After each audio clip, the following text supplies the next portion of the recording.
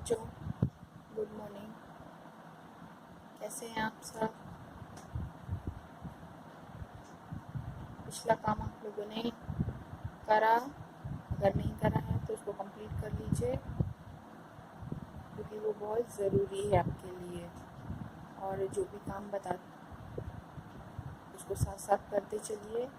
अगर आप बताए गए काम को साथ साथ नहीं करेंगे तो फिर आपके लिए परेशानी हो जाएगी और आपका सारा वर्क एक साथ इकट्ठा हो जाएगा, और फिर जब कभी हम मांगेंगे तो फिर आपको दिक्कत होगी। तो सारे काम को आप साथ साथ करते हुए चलिए बच्चों, तो हम सभी के लिए अच्छा होगा। ये चैप्टर ख़त्म होते ही फिर मैं आपसे आकर वर्क को मंगवाऊंगी एक एक करके, ठीक है। मैंने पहले भी आपसे कहा था ये बात, और फिर आपसे कह रही हूँ। तो बच्चों, पिछले जो भी आपको पहले जो टीचर पढ़ा रही थी, जो वर्क उन्होंने कराया बीच में, और फिर अब जो आपने कॉपी पे करके रखा है उसी कॉपी में आगे वाले वर्क को भी इंक्लूड करते हुए हम लोग चलते चले जाएंगे, ठीक है। और कोई भी दिक्कत है तो आप पूछ सकते हैं। पिछले चैप्टर में आपको मैंने वायुमंडल के संगठन और वायुमंडल की परतों के बारे में बताया था, ठीक है ना बच्चों। मैंने आपको बताया था कि वायुमंडल का संगठन कई प्रकार की गैसों से मिलकर होता है, ठीक है, जिनमें आपकी 99% दो मुख्य या मेन गैस हैं और 1% कुछ और गैसेस हैं। वो जो 99% है उसमें आपकी 78% नाइट्रोजन गैस है और 21% ऑक्सीजन गैस है, ठीक है।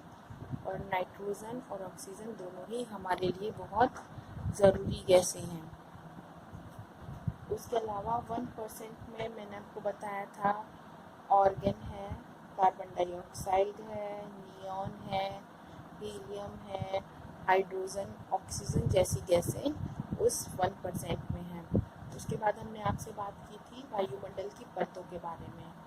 तो वायुमंडल की परतों के लिए मैंने आपको बताया था वायुमंडल में 5 परतें पाई जाती हैं, जिनमें शोकमंडल, समतापमंडल, मध्यमंडल, आयनमंडल और वायुमंडल हैं।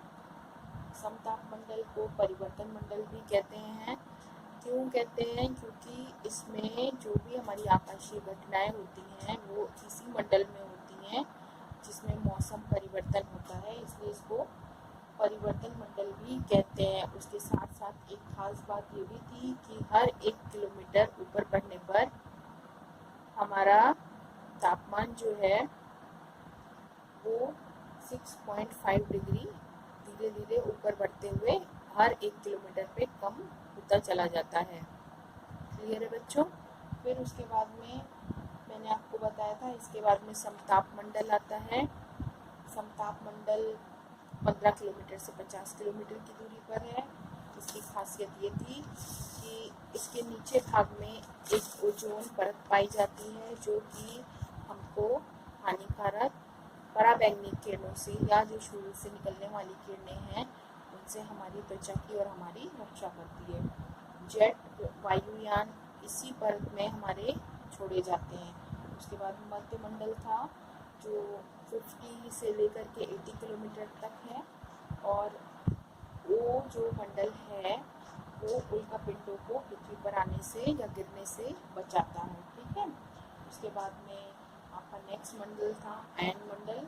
आयन मंडल आपका 80 से ऊपर 640 किलोमीटर तक है, ठीक है। उसके बाद में इसमें सैटेलाइट हमारे छोड़े जाते हैं, जो कि विद्युत कणों को और रेडियो तरंगों को वापस पृथ्वी पर परावर्तित करते हैं, जिसकी वजह से ही हमको गूगल पे मैप ढूंढना है, फ़ोन है करना, किसी से बात करना है, टीवी देखना है, ये सारी चीज़ें संभव हो पाती हैं। लास्ट और आखिरी मंडल हमारा था वायुमंडल, जो कि बहुत अंधकार में है और 640 किलोमीटर से ऊपर की तरफ को है, और इसमें हीलियम और हाइड्रोजन गैसें अधिक मात्रा में पाई जाती हैं, ठीक है बच्चों। अब इसके बाद आज हम आगे की बात करेंगे। आज हम पढ़ेंगे वायुमंडल के तत्व, ठीक ठीक है।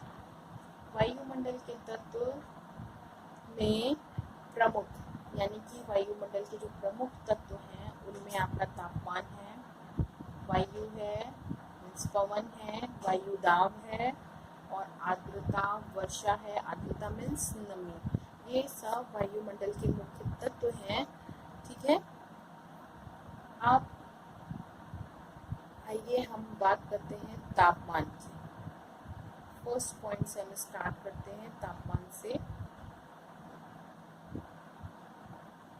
आपको मालूम है कि वायुमंडल या पृथ्वी पर प्रकाश और ऊष्मा का स्रोत कौन है, ये हम डिस्कस कर चुके हैं पीछे।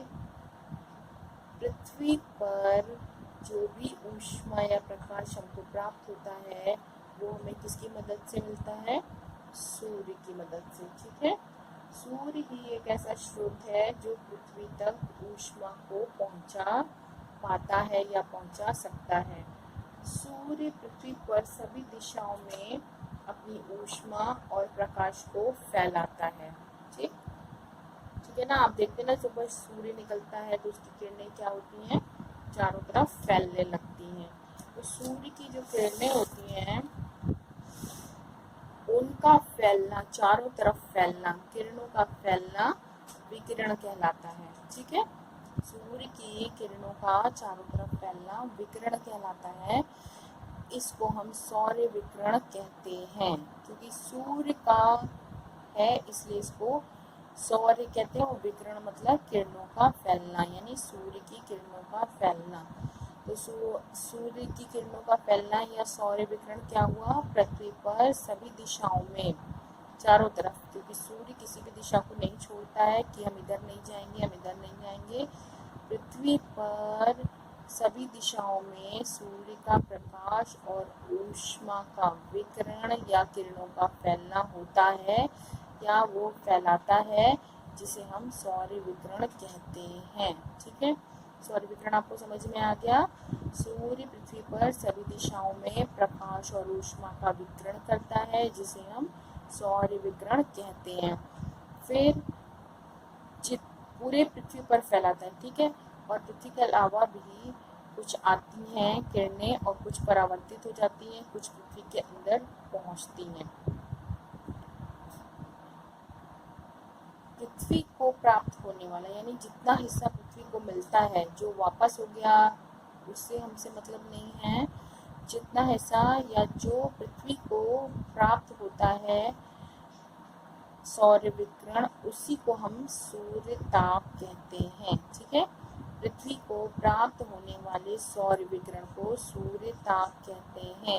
यानी पृथ्वी के हिस्से में जितनी भी किरणें आई हैं, ऊष्मा आई है, वो ही आपका सूर्य ताप कहलाता है।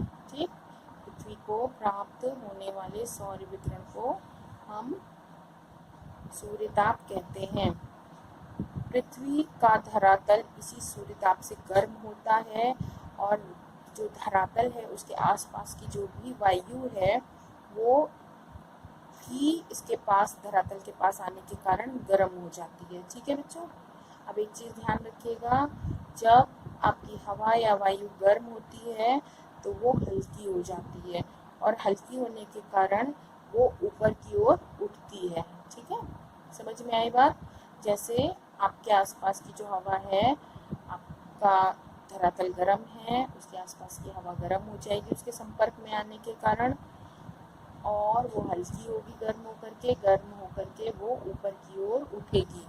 और जब वो उठ करके पृथ्वी से उठ करके ऊपर धरातल की तरफ बढ़ेगी तो वो जो वायुमंडल की निचली परतें हैं उनको भी अपने साथ में गर्म करेगी। ठीक है। देखिए ये डायग्राम यहाँ पर मैंने बताया था, ये आपकी पृथ्वी है, ये शोभ मंडल है, ये समताप मंडल, ये मध्य मंडल, ये सारी वायुमंडल की परतें हैं। अब यहाँ पर जब सूर्य का प्रकाश पृथ्वी को प्राप्त होगा और पृथ्वी गर्म होगी, इस पृथ्वी के आसपास जितनी भी वायु होगी वो गर्म हो जाएगी, क्योंकि धरातल गर्म है और गर्म होने के कारण, हल्की होने के कारण वो ऊपर को उठेगी और धीरे धीरे इन परतों के पास पहुंचेगी। तो ये जो नीचे की परतें होती हैं इनमें वायु गर्म पहुंचती है, इसलिए ये मंडल को गर्म करके रखती है। ठीक है, जैसे जैसे हम ऊपर की ओर बढ़ते जाएंगे वायुमंडल की परतें ठंडी होते चली जाएंगी। ठीक है, तो जो हमारा वायुमंडल है उसकी जो नीचे की सबसे नीचे की परतें हैं उनमें तापमान अधिक होता है। क्यों अधिक होता है? क्योंकि वायुमंडल में निचले हिस्से में गर्म हवाएं पहुंचती हैं, जिसके कारण वहां का तापमान अधिक हो जाता है और निचले भाग गर्म होते हैं। ठीक है, इसीलिए जैसे जैसे हम ऊपर की ओर बढ़ते जाते हैं तापमान कम होता जाता है, क्योंकि हवा जाते जाते वहां तक ठंडी होती जाती है।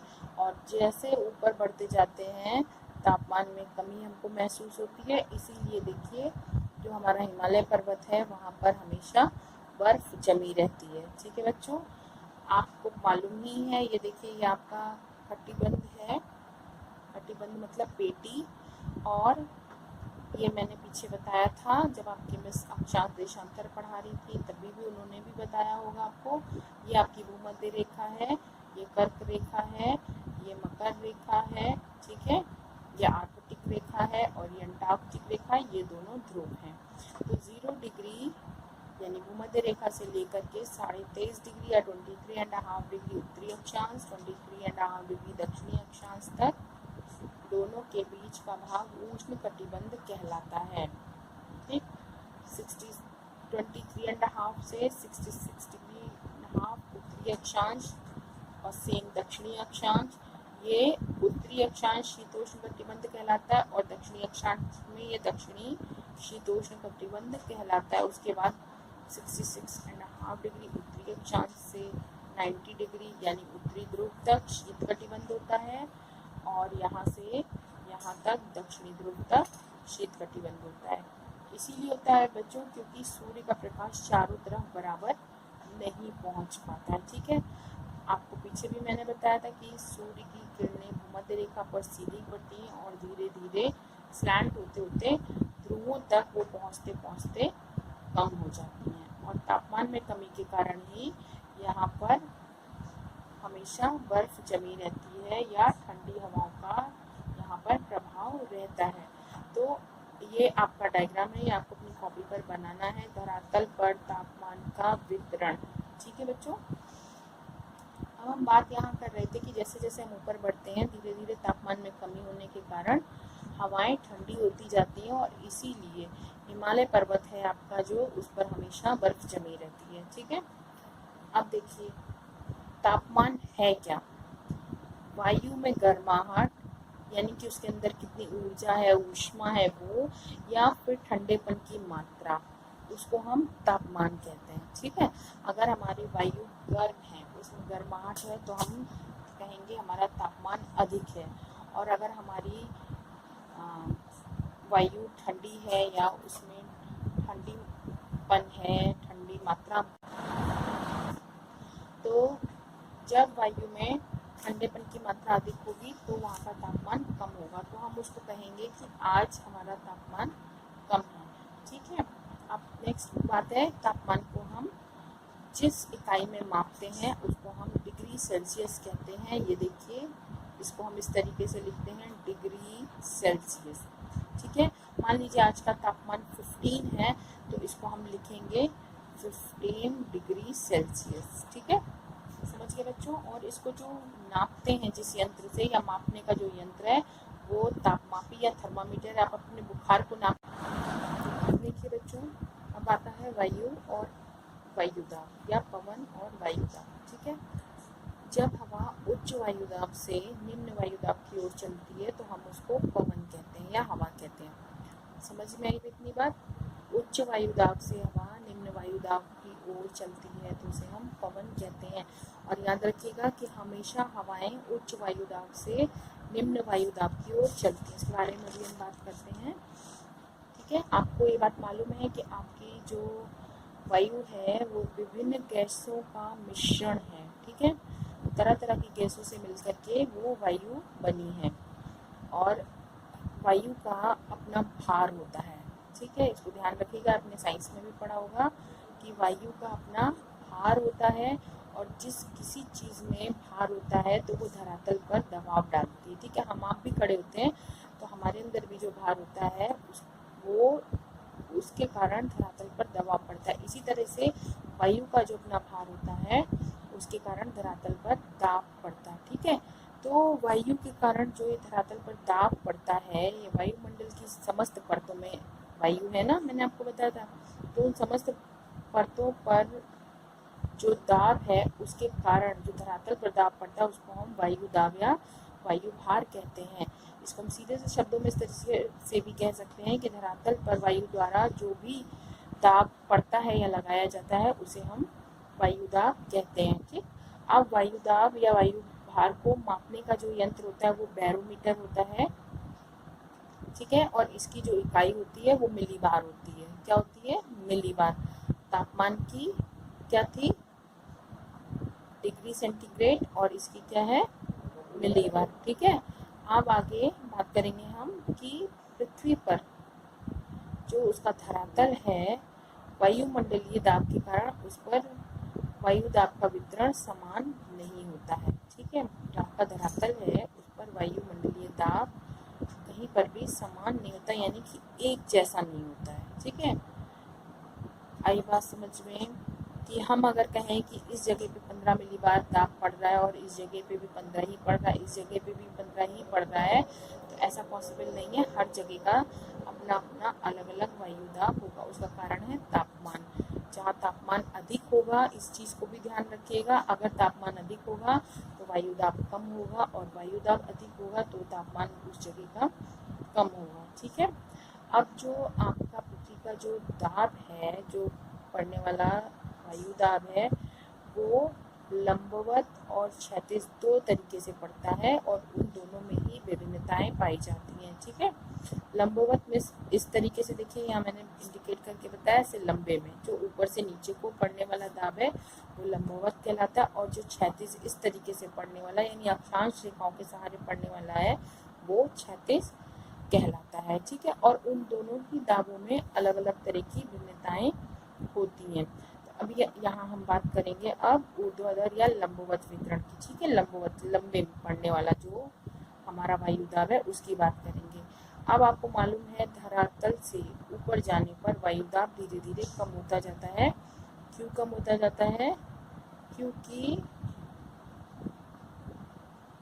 ऊपर जाने पर वायु हल्की होती चली जाती है। ठीक है, क्लियर है?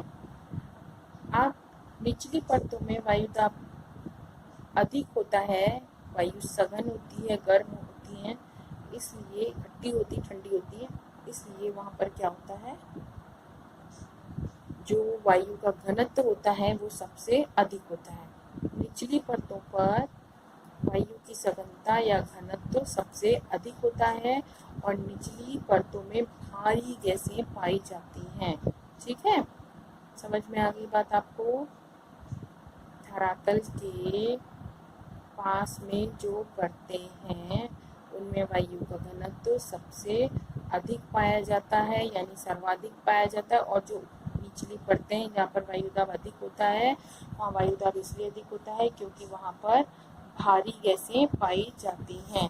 ठीक, इसके विपरीत हम जैसे जैसे ऊपर की ओर बढ़ते जाएंगे वायु हल्की होती जाती है, क्योंकि वहाँ आकर के वो गर्म होती है, धरातल के निकट आकर के, और गर्म होकर के हल्की होकर के ऊपर को जाती है, और ऊपर जाने पर वायु हल्की होने के कारण फैल जाती है, विरल हो जाती है, जिसके कारण वहाँ पर वायु दाब कम होता जाता है और उसका घनत्व भी कम होता जाता है। इसीलिए ऊंचाई बढ़ने के साथ साथ वायु दाब और वायु का घनत्व दोनों साथ साथ कम होते जाते हैं। ठीक है बच्चों, आज के लिए इतना ही। Thank you.